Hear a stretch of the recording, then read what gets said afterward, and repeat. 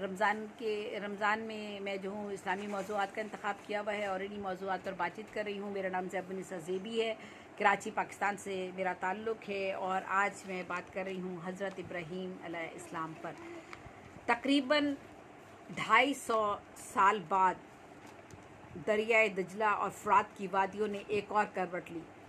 इस सरज़मीन पर बाबुल और नैनवा के पुरशिकवा खंडरात आज तक मौजूद हैं, जो कभी हैकल कौमों, तहज़ीब के गहवारों और फ़िरौन सिफ्त इंसानों का मातम कर रहे हैं।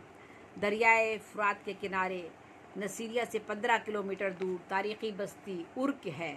इस शहर में अबुल अंबिया हज़रत इब्राहीम अलैहिस्सलाम की वलादत हुई। परवरदिगार के हुक्म से आपने दीन हक़ की तबलीग शुरू की, वक्त के काहिनों को हुक्म इलाही से आगाह किया, मुल्क के फरमा रवा को नेकियों की दावत दी और उर्क के बसने वालों को अल्लाह के पैगाम से रोशनास कराया। मगर वही हुआ जो इनसे पहले ही कौमों ने अपने नबियों, रसूलों, पैगम्बरों के साथ किया था। हाकिम वक्त ने दरबार मुनक्किद किया, सलाह मशवरे हुए, हज़रत इब्राहीम अलैहिस्सलाम को भड़कती हुई आग में डालने का फ़ैसला किया गया। आग जलाई गई जिसके शोले आसमान से बातें कर रहे थे और अल्लाह के प्यारे को भड़कती हुई आग में फेंक दिया गया। रब्बुल आलमीन की रहमत जोश में आई और हुक्म हुआ, ए आग सर्द हो जा और इब्राहीम पर मौजिब सलामती बन जा। सूरह अंबिया में इस बात का जिक्र है। और मौरख़ीन और उलमा इकराम ने तहरीर फरमाया कि आग गुलजार बन गई और हज़रत इब्राहीम अलैहिस्सलाम पर ज़रा भी आँच नहीं आई। इस वाक़े के बाद आपने कौम से ख़िताब फरमाया, जिसके बारे में कुरान हकीम की सूरत में आप इरशाद फरमाते हैं, कुरान करीम में आप इरशाद फरमाते हैं, इरशाद हुआ है कि और इब्राहीम ने कहा, तुम जो अल्लाह को छोड़कर बुतों को लेकर बैठे हो तो दुनिया की ज़िंदगी में बाहम दोस्ती के लिए, मगर फिर क़यामत के दिन एक दूसरे की दोस्ती से इनकार कर दोगे और एक दूसरे पर लानत भेजोगे और तुम्हारा ठिकाना दोज़ख होगा और कोई तुम्हारा मददगार ना होगा। इसके बाद आपने हुक्म इलाही से शाम की तरफ हिजरत फरमाई, जिसके बारे में कुरान हकीम में इरशाद हुआ, हमने इब्राहीम और लूत को इस सरजमीन की तरफ से बचा निकाला जिसमें हमने अहले आलम के लिए बरकत रखी थी। सूरह अंबिया में इसका जिक्र किया गया है। और मौरख़ीन का ख़्याल है कि ये ज़माना जो है वो 85 ईस्वी कबल मसीह का था। इस एतबार से इस वक्त हज़रत इब्राहीम अलैहिस्सलाम की उम्र जो है वो 175 साल गालिबन थी। तो मैं अब बाकी तफसील की तरफ दोबारा से आती हूँ और ये मैंने बहुत मुख्तसरन पहले हज़रत इब्राहीम के बारे में आपको बताया है। अबुल अंबिया का ख़िताब हज़रत अबू अंबिया हज़रत इब्राहीम खलीलुल्लाह अलैहिस्सलाम की जमात में एक अहम तरीन मकाम रखते थे। आप अलैहिस्सलाम से अंबिया अलैहिस्सलाम 2 बड़े सिलसिले आपसे जारी हुए, इसलिए अबुल अंबिया कहलाए। हज़रत इसाक अलैहिस्सलाम की औलाद तमाम बनी इसराइल और नबी हुए उसमें, जबकि हज़रत इस्माईल अलैहिस्सलाम से हज़ूर अक़दस सल्लल्लाहु अलैहि वसल्लम का जद अमजद मिलता है और वो पैदा हुए। आपने हज़रत नूह के बाद बैतुल्लाह की अस्सर नौ तामीर फरमाई, यानी आपका बड़ा कारनामा दिखेगा कि हज़रत इब्राहीम का क्या बड़ा कारनामा था कि आपने हज़रत नूह के बाद बैतुल्लाह की अस्सर नौ तामीर फरमाई। अल्लाह और उसके दीन के आले औलाद, बीवी, बच्चे, माल, दौलत सब कुछ अल्लाह की राह पे कुर्बान कर दिया। इसी वजह से खलीलुल्लाह यानी अल्लाह के दोस्त के नाम से आप याद किए जाते हैं। आपका नाम इब्राहीम था, जो इब और राहिम से मरकब है, जिसके मायने हैं मेहरबान, रहम करने वाला। खलीलुल्लाह यानी खलीलुल्लाह और अबुल अंबिया आपके अलकाब थे। कुरान में आपके वालिद का नाम आज़र आया है और जब इब्राहीम ने अपने वालिद आज़र से कहा क्या तुमने बुतों को अल्लाह बना रखा है, ये अल्लाह ताला की सुन्नत रही है कि हज़रत इब्राहीम की पैदाइश के वक्त जब नमरूद बादशाह की हुकूमत थी, तारीख़ में नमरूद का शुमार उन बादशाहों में शुमार होता है जिन्होंने सारी दुनिया पर हुकूमत की। नमरूद के अलावा बख्त नसर गैर मुस्लिम और सलमान बिन दाऊद और जुल्करनैन मुसलमान बादशाह गुजरे हैं जिन्होंने अपने अपने ज़माने में आबाद सारी दुनिया पर हुकूमत की। हज़रत नूह अलैहिस्सलाम के दूसरे बेटे हाम की औलाद में से कनान बिन हस्साम ने दरियाए दजला व फ़ुरात के किनारे बाबुल शहर की बुनियाद डाली। बाबुल कई मुरबा मील पर आबाद किया गया। इसमें 75 मील लंबी और 60 मील चौड़ी और 250 फीट ऊंची शहर पनाह बनाई गई, यानी वो जो फसील बनाई जाती है शहर को पनाह देने के लिए, वो बनाई गई, जिसमें यकसा फासले पर 100 फाटक लगाए गए, यानी 100 गेट लगा दिए गए। इनमें बुर्जी बुर्जी बट चढ़े हुए थे। हर समत में 25 फाटक थे और जिससे मुख्तलिफ सड़कें निकलकर ये ख़त मुस्तकीम फाटकों तक पहुँचती थी। इन शहरों के को जो है वो अगर इन शहरों को क़ितात में तब्दील कर दिया जाए, क़ते यानी कि हिस्से अगर किए जाए तो बताया जाए तो ये इस तरह बाबुल का शहर 421 अलग अलग टुकड़ों में तकसीम हो गया था। यानी बाबुल का शहर 421 इलाकों में मुनक़सिम हो गया था। हर किला ख़ुद एक मुस्तहकम किले की मानिंद था और बैरूनी हमलावरों से हिफाजत के लिए 250 ब्रिज तामीर किए गए थे, जिनमें दिन रात फ़ौज तैनात रहती थी। हज़रत इब्राहीम बाबुल के कस्बे कोली में पैदा हुए। कुरान में हज़रत इब्राहीम अलैहिस्सलाम का जिक्र जो है 25 सूरतों में 63 बार आया है, यानी 25 सूरतों में 63 बार जिक्र किया गया है। तफसीली जिक्र सूरह बकरा में, आले इमरान में, सूरह निसा में, सूरह इनाम में, सूरह हूद में, अल-अंबिया में, मरियम में, अल-हज में और अल-सिफ़ात में आया है। हज़रत इब्राहीम अलैहिस्सलाम की पैदाइश से कबल नजूमियों ने नमरूद को बता दिया था कि इसी साल इब्राहीम नामी एक लड़का पैदा होगा जो उसकी हुकूमत ख़त्म कर देगा और मौजूदा मज़हब को भी ख़त्म कर देगा। ये सुनना था कि नमरूद ने ऐलान करवा दिया कोई भी शख्स जो है वो या कोई भी शख्स जो है वो अपनी अज़दवाजी ताल्लुकात जो है वो अपने बरकरार नहीं रखेगा और अगर किसी और इस साल जितने भी बेटे बच्चे होंगे वो जो है वो ज़िंदा ना रखे जाएं या उनको कत्ल कर दिया जाए या मार दिया जाए उन्हें। तो हज़रत इब्राहीम अलैहिस्सलाम अपनी वालदा के शिकम में ही मुंतकिल हुए थे कि आपकी वालदा ने आपके वालिद आज़र से कहा कि आखिरी उम्र में हमारे सहन में बहार आने वाली है, लिहाजा तुम किसी तरह मेरी गोद को खाली ना होने देना। और ये यकीन से कि तो नहीं कहा जा सकता कि मेरा ही बेटा नमरूद की हुकूमत को ख़त्म करेगा। इस पर आपके वालिद आज़र का दिल पसीज गया।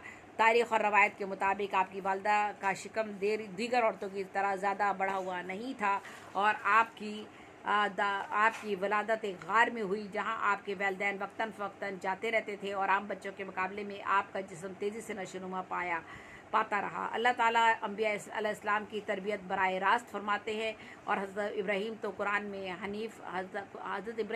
कुरान में हनीफ़ के लक़ब से पुकारा गया है, जिसके मायने हैं एक मानने वाला। यूँ तो सारे ही अंबिया अलैहिस्सलाम जो हैं वो अल्लाह ताला के आला तरीन मकाम पर फाइज़ होते हैं और लेकिन अंबिया इस्लाम में इब्राहीम की इनफरादियत थी, जिसको कुरान ने यूँ ज़िक्र फरमाया कि एक अल्लाह के सामने सुरनगू करने वाले थे और मुशरिकीन में से ना थे। सूरह इनाम में इस बात का जिक्र किया गया है।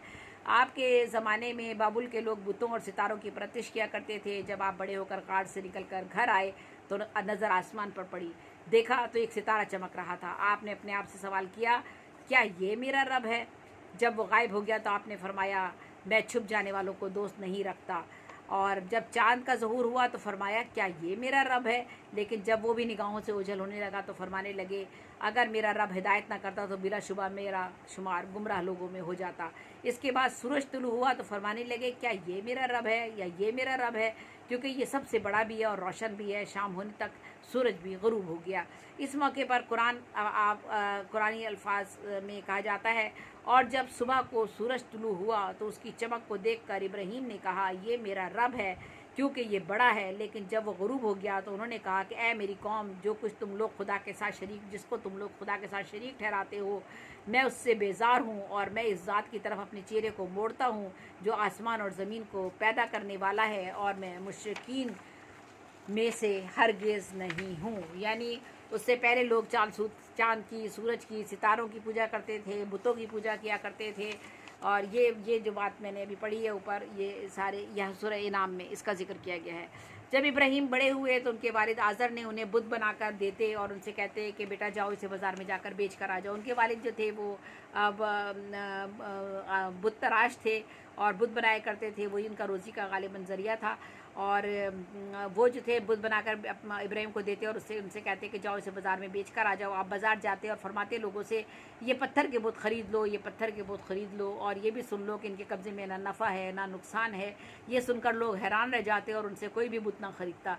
जब शाम हो जाती तो बुतों को वो नहर पर लेकर चले जाते और पानी में डालकर फरमाते, पी ले। शुरू में बच्चा समझकर किसी ने कुछ नहीं कहा, लेकिन फिर आपको लोग डराने धमकाने लगे। आपके वालिद ने यहाँ तक कह दिया कि अगर तुमने हमारे माबूद की तौहीन की और तुम इससे बाज नहीं आए तो हम तुम्हें मार देंगे। अब आपने अपनी तवज्जो पूरी कौम की तरफ कर दी और उन्हें राह रास्त पर लाने के लिए सरगर्म अमल हो गए। और कौम के लिए बिल्कुल ये अजनबी सी बात थी कि अपने आबा व अजदाद के दीन को छोड़ दें और आपकी आवाज़ पर लब्बैक कहें, और सदियों का रंग आसानी से नहीं जाता। हज़रत इब्राहीम साबित कदमी और अज़्म और हिम्मत के साथ अपना फ़रीज़ा अंजाम देते रहे और एक खुदा की तरफ उनको बुलाते रहे और उन्हें बताते रहे कि खुदा की ज़ात कौन सी है और अल्लाह ताला को यकता है और उसकी इबादत करो। ये बाकी चीज़ें जो है ये ना कोई नफ़ा दे सकती हैं ना नुकसान दे सकती हैं। वो बिलाशुबा हमने इब्राहीम को अव्वल ही से रुश्द व हिदायत अता की और हम उसके मामले को जानने वाले हैं। जब उसने अपने बाप और कौम से कहा, ये मुजस्समे क्या है जिसको तुम लिए बैठे हो? कौम के अफराद कहने लगे, हमने अपने बाप दादा को इन बूतों को ही पूजा करते हुए देखा है। इब्राहीम ने कहा, बेशक तुमने और तुम्हारे आबा व अजदाद ने सरीअन गुमराही में मुब्तला हुए। इस पर कौम बिफर गई और कहने लगी, क्या तुम वाकई हक़ के साथ माबूस हुए हो या तुम हमसे मजाक कर रहे हो? इस पर हज़रत इब्राहीम अलैहिस्सलाम ने फरमाया कि ये बुत तुम्हारे रब नहीं है, और बल्कि तुम्हारा रब तो वो ज़ात है जिसने ज़मीन और आसमानों को पैदा किया है, जिसने इन सब को पैदा किया है, और मैं इस बात की गवाही देता हूँ। मगर लोगों ने, ये सूरह अंबिया में इस बात का जिक्र आया है, मगर लोगों ने बजाय हदायत कबूल करने के आपको अपने खुदाओं की अजमत दिखाकर कायल कर लेने की कोशिश की। इस ज़माने के लोग साल में एक त्यौहार मनाया करते थे और सब लोग बस्ती से बाहर मैदान में जाकर जमा हो जाया करते थे और मुशरिकाना हरकत किया करते थे। इस मौके पर कौम के लोगों ने आपको भी साथ ले जाना चाहा, मगर आपने माकूल उज़्र के साथ उनके हमरा जाने से इनकार कर दिया। यानी पूरी बस्ती के लोग जो थे वो चले जाते थे और एक त्यौहार मनाते थे, एक मैदान में जाकर जमा हो जाते थे, वहाँ जाकर एक त्यौहार मनाते थे और पूरी बस्ती खाली हो जाती थी। लेकिन वो क्या हुआ कि इब्राहीम अलैहिस्सलाम ने जो था उनके साथ उस दिन नहीं गए त्यौहार मनाने के लिए और उनसे माकूल उज़्र कर दिया कि मैं किसी वजह से नहीं जा सकता, ये करके वो बस्ती में रुक गए। कौम के चले जाने के बाद आप बुतखाने में तशरीफ़ ले गए और इसके बाद आपने बुतों को तोड़ना शुरू कर दिया और सारे बुत तोड़ दिए, लेकिन जो बड़ा बुत था उसको नहीं तोड़ा और उसके कांधे पर तेशा रखकर घर चले आए। जब ये सारा वाक़या नमरूद तक पहुंचा और जब सारे लोग वहाँ से वापस आए तो उन सब लोगों ने हज़रत इब्राहीम अलैहिस्सलाम को बुरा भला कहना शुरू कर दिया और ये कहा कि वो जो एक शख्स है वही हमारे बुतों के बारे में ऐसी बातें किया करता था, ये हो ना हो वही शख्स है जिसने हमारे बुतों का जो है ये किया है, ये हाल किया है। ये बात फिर जब नमरूद के दरबार तक पहुंची, ये वाक़या नमरूद के दरबार तक पहुंचा तो नमरूद ने हज़रत इब्राहीम अलैहिस्सलाम को तलब किया और पूछा, क्या तुमने हमारे बुत तोड़े हैं? तो आपने फरमाया, बड़े बुत से पूछ लो। एक बुत इन्होंने सलामत छोड़ दिया था, वो सबसे बड़ा बुत था। तो जब नमरूद ने उनसे कहा कि क्या तुमने हमारे बुतों को तोड़ा है, तो इब्राहीम अलैहिस्सलाम ने कहा, बड़े बुत से पूछ लो। इस पर नमरूद जो था वो फीका पड़ गया और शर्मिंदा हो गया और कहने लगा कि इब्राहीम, तुम जानते हो कि ये तो बोल ही नहीं सकता। सच्ची बात है कि बुत कैसे बोलेगा? पत्थर के बनाए हुए बुत जो आपने अपने हाथों से बनाए वो कैसे बोलेगा, वो कैसे जवाब देगा? वो तो नहीं जवाब दे सकता। और उस पर वो शर्मिंदा हो गया नमरूद था। ये वो मौका था जिसका आपको इंतज़ार था। आपने फरमाया, जब ये सुन नहीं सकता, जब ये बोल नहीं सकता तो इसकी इबादत क्यों करते हो? इस पर नमरूद ने कहा, तुम जिस खुदा की दावत देते हो ज़रा उसकी ताकत का तो तारुफ करवाओ, कुछ उसकी सिफात पर तो रोशनी डालो। उसने इस पर हज़रत इब्राहीम अलैहिस्सलाम ने कहा, मेरा रब तो वो है जो ज़िंदगी और मौत का रब है, वही मौत देता है, वही ज़िंदगी देता है। नमरूद अगरचे ये सारी बातें अच्छी तरह जानता था कि ये सही है कि उसके बाप दादा भी मर चुके थे और जब ही वो बादशाह बना था, इसके बावजूद उसने आपके फरमान पर जिरा की और कहा, ये काम तो मैं भी कर सकता हूँ कि अगर किसी को मारना है, अगर अल्लाह ताला ये काम करता है, किसी को मार देता है, तो ये काम तो मैं भी कर सकता हूँ। और जिरा की उसने नमरूद ने, और उसके बाद उसने क्या किया कि एक बेगुनाह शख्स को कत्ल कर दिया और कहा, देखो मैंने भी मार दिया, अगर तुम्हारा खुदा ये कर सकता है तो मैं भी ये काम कर सकता हूँ। हज़रत इब्राहीम ने फिर इसे अल्लाह वाहिदुल्लाह शरीक की तरफ दावत दी और उसके अजायबात की तरफ मतवज्जा किया और फरमाया कि मेरा रब तो वो है जो रोज़ाना सूरज को मशरिक़ से तुलू करता है और मगरिब में गुरूब करता है। इस पर तो नमरूद लाजवाब हो गया, लेकिन ईमान फिर भी ना लाया, क्योंकि अब नमरूद ये काम तो कर नहीं सकता था। सूरज को मशरिक़ से निकालना और मगरिब में जो है उसे गुरूब करना, ये काम अल्लाह ताला करता है। ज़मीनों और आसमान किस तरह चल रहे हैं, किस तरह से हमारी कायनात किस तरह जो है वो जो है हरकत में है, ये सारे इसरार और रमूज़ तो अल्लाह ताला के अख्तियार में है। तो नमरूद और उसकी कौम को अपनी नाकामी पर बहुत कोफ्त हुई और खुफिया मशवरे करने लगे उनका कि इसका क्या करना चाहिए, वरना हमारा मुल्क, हमारा इक़्तिदार, हमारा जाहो जलाल सभी कुछ तबाह हो जाएगा। कुछ लोगों की राय थी कि आपको शहर बदर कर दिया जाए, और कुछ लोगों ने कहा, किसी ने कहा कि आपको ज़िंदा जला दिया जाए। आखिर में यही तय हुआ कि आपको आग में ज़िंदा गिरा दिया जाए। अब क्या था, कौम का हर फर्द और हुकूमती पूरी मशीनरी थी, लकड़ियाँ जमा करने में लग गई, और खुदा के इल्म में है कि कितने हज़ार मन लकड़ियाँ जमा कर ली गई होंगी। ये सब कुछ उस शख्स के लिए किया जा रहा था जो उन्हें मुकम्मल तबाही से बचाना चाहता था, उन्हें आखिरत से डराता था, उसे खुदाओं की परस्तिश से हटाकर एक अल्लाह की इबादत की तरफ माइल करना चाहता था।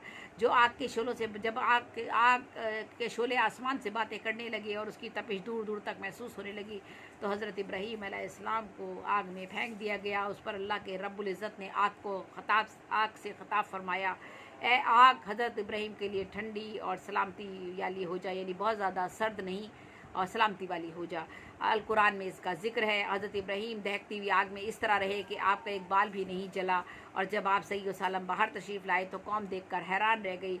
उनकी अक्सरियत तो ईमान ले आई, लेकिन नमरूद के खौफ ने इजहार ईमान से उन्हें रोके रखा, और बहुत कम लोग आप पर ईमान लाए। जब सारी हुज्जतें पूरी हो गईं और हक़ व बातिल वाज़ेह हो गया और मुशरिकीन ने अपनी हट धर्मी नहीं छोड़ी, तो हज़रत इब्राहीम ने नक़ल मकानी का फ़ैसला किया और हिजरत करके जो है आप जो थे वो आप यहाँ से चले गए। और उधर नमरूद की नाक में एक मच्छर चला गया। नमरूद की नाक में एक मच्छर चला गया, जिससे वो 40 रोज़ तक अजाब में मुब्तला रहा और मुब्तला रहकर विसाले जहन्नुम हुआ। यानी आप देखें कि अल्लाह ताला का कैसे अजाब नाजिल हुआ नमरूद पर, कि उसकी नाक में मच्छर चला गया, और एक मच्छर ने उसको 20 दिन तक, 40 दिन तक उसको अजाब में रखा। 40 दिन तक वो मच्छर उसकी नाक में गया, और वो 40 दिन तक तड़पता रहा, लेकिन उसको मौत नहीं आई। जब हज़रत इब्राहीम का जो है उनके 2 अक़द हुए, एक का नाम हज़रत सारा अलैहिस्सलाम, जबकि दूसरी बीवी का नाम हज़रत हाजरा अलैहिस्सलाम था, जो मिस्र के बादशाह की बेटी थी। हज़रत इब्राहीम के 13 बेटे पैदा हुए, जिनमें हज़रत इस्माईल सबसे बड़े बेटे थे, जो हज़रत हाजरा के वतन से पैदा हुए। उनकी वलादत के वक्त हज़रत इब्राहीम की उम्र 87 साल थी, जबकि हज़रत इसहाक़ हज़रत सारा के वतन से पैदा हुए। उस वक्त हज़रत इब्राहीम की उम्र पूरे 100 साल थी। हज़रत इब्राहीम की ज़िंदगी पर अगर एक हम नज़र डालें तो आज़माइश और कुर्बानियों से भरी हुई थी। बुढ़ापे में बेटा नसीब हुआ तो अम्र खुदाबंदी हुआ कि इन्हें वादी गैर ज़ीरू में, जहाँ पर कोई भी नहीं था, कोई बंदा नहीं था, वहाँ जाकर उन्होंने मक्का मुअज़्ज़मा में छोड़ दिया और छोड़कर आ जाए। आप वहाँ पर उनको छोड़कर आ गए। आपने इसी हुक्म के सामने भी सर तस्लीम खम किया। आपने लक़्क़त जिक्र रफ़ीका हयात को यकोतना वीरान वादी में छोड़ दिया और फिर दुआ के लिए हाथ उठा दिए। ऐ परवरदिगार, में अपनी एक औलाद ऐसे मैदान में मैंने बसा दी है जहाँ खेती नहीं है, तेरे मोहतरम घर के पास, ताकि अब ऐ हमारे रब ये लोग नमाज कायम करें। बस लोगों के दिलों को इनकी तरफ माइल रख और इनको रोज़ी दे, फलों से शायद ये शुक्र करे। कुछ दिनों तक, ये कुरान में इस बात का जिक्र है, कुछ दिनों तक तो जो भी खाना पानी और ख़ुराक थी उस पर गुज़र बसर होता रहा, लेकिन महदूद मिक़दार कितने दिन तक चलती। पानी ख़त्म हो गया। हज़रत हाजरा जो थी सफ़ा मरवा के साथ उन्होंने चक्कर लगाए, पानी कहीं दूर दूर तक उनको नज़र नहीं आया। बच्चा जो था पानी और भूख से बिलक रहा था। कोई काफ़िला दूर दूर से नज़र नहीं आता था। वो बार बार सफ़ा और मरवा के जानिब भागती और चक्कर लगाती, देखती शायद कोई काफ़िला वहाँ से गुज़र रहा हो और खाने पीने में उनकी कोई मदद कर सके, लेकिन ऐसा कुछ भी ना हुआ। सब 7 चक्कर उनके पूरे हो गए तो कोई काफ़िला जब नज़र नहीं आया तो जिससे वो पानी हासिल कर पाती, तो अल्लाह की रहमत जोश में आ गई और हज़रत इस्माईल की एड़ियों की रगड़ से जमज़म का चश्मा ऐसा फूटा कि हज़ारों साल इस्तेमाल के बाद भी इसमें कमी नहीं आई। एक यमन का शरीफ कबीला जो यहाँ से गुज़रा और यहीं आबाद हो गया। फिर हज़रत इस्माईल की शादी भी इसी कबीले में हुई। इसी तरह मक्का का शहर यहाँ पर आबाद हुआ। हज़रत इस्माईल की जगह कुर्बान हुआ और इसी तरह कुर्बानी की सुन्नत का इजरा भी हुआ। हज़रत इस्माईल की जगह पर हज़रत इस्माईल की कुर्बानी का जो वाक़या है जिसमें मेढा कुर्बान हुआ, वो भी कुर्बानी जो है, फिर वो सुन्नत जो है, इस तरह ये कुर्बानी की सुन्नत का इजरा भी यहाँ हुआ। हज़रत इस्माईल जवान हुए तो हज़रत इब्राहीम ने बैतुल्लाह की असर नौ तामीर का बेड़ा उठाया और दोनों बाप बेटे ने मिलकर अल्लाह का वो घर बनाया और इस ज़मीन पर अल्लाह का पहला घर था। बैतुल्लाह की तामीर के बाद हज़रत इब्राहीम ने दुआ के लिए हाथ बुलंद फरमाए और ए हमारे रब, इनमें से ही एक रसूल भेज जो इन लोगों को तेरी आयत सुनाए, उनको किताब और हिकमत की तालीम दे, उनकी ज़िंदगियां संवारे। तू बड़ा मुक़तदिर और हकीम है। सूरह बकरा में इसका जिक्र है। इस दुआ के नतीजे में मोहम्मद सल्लल्लाहु अलैहि वसल्लम हज़रत इस्माईल की औलाद से पैदा हुए और हज़रत इसाक से बनी इसराइल के अम्बिया अलैहिस्सलाम का सिलसिला चला और इन्हीं वजूहात के बिना पर आप अबुल अम्बिया कहलाते हैं। तो देखिएगा कि आब ज़मज़म जो है वो किस तरह से हज़रत इस्माईल की एड़ियाँ रगड़ने से जो है वो जो है वो जो है वहाँ से पानी का चश्मा फूटा और हज़रत इब्राहीम ने और हज़रत इस्माईल ने मिलकर जो है बैतुल्लाह की सर नौ तामीर नौ की। हज़रत इब्राहीम जो थे उनकी उम्र तकरीबन 175 साल थी और हज़रत इस्माईल जो थे उनकी पैदाइश जो थी वो तकरीबन 86 बरस की उम्र में यानी बुढ़ापे में उनके घर में पैदा हुए। हज़रत इब्राहीम की जो कौम थी वो बुत परस्ती और कौकब परस्ती यानी सितारों वगैरह को पूजा करती थी और उन्हीं को माना करती थी। तो आज ये मैंने हज़रत इब्राहीम अलैहिस्सलाम के बारे में आपसे बातचीत की है और मकसद सिर्फ यही है कि हमसे पहले भी जितनी कौमें आ चुकी हैं और जब उन्होंने अल्लाह के हुक्म को नहीं माना तो अल्लाह ताला ने उनको किस तरह तबाही और बर्बादी से दो चार किया। और एक देखिए कि एक मामूली से मच्छर ने जो नमरूद जो अपने आप को खुदा और शहंशाह समझता था, अपनी बादशाहत पर उसको बड़ा गुरूर और घमंड था, एक मामूली से मच्छर ने उसकी नाक में जाकर उसको जहन्नुम विसाल किया और वो 40 दिन तक अज़ाब में मुब्तला रहा। तो बहरहाल बस आज आपसे इतनी ही बात करनी थी। बहुत बहुत शुक्रिया। अल्लाह हाफ़िज़। अल्लाह निगहबान। और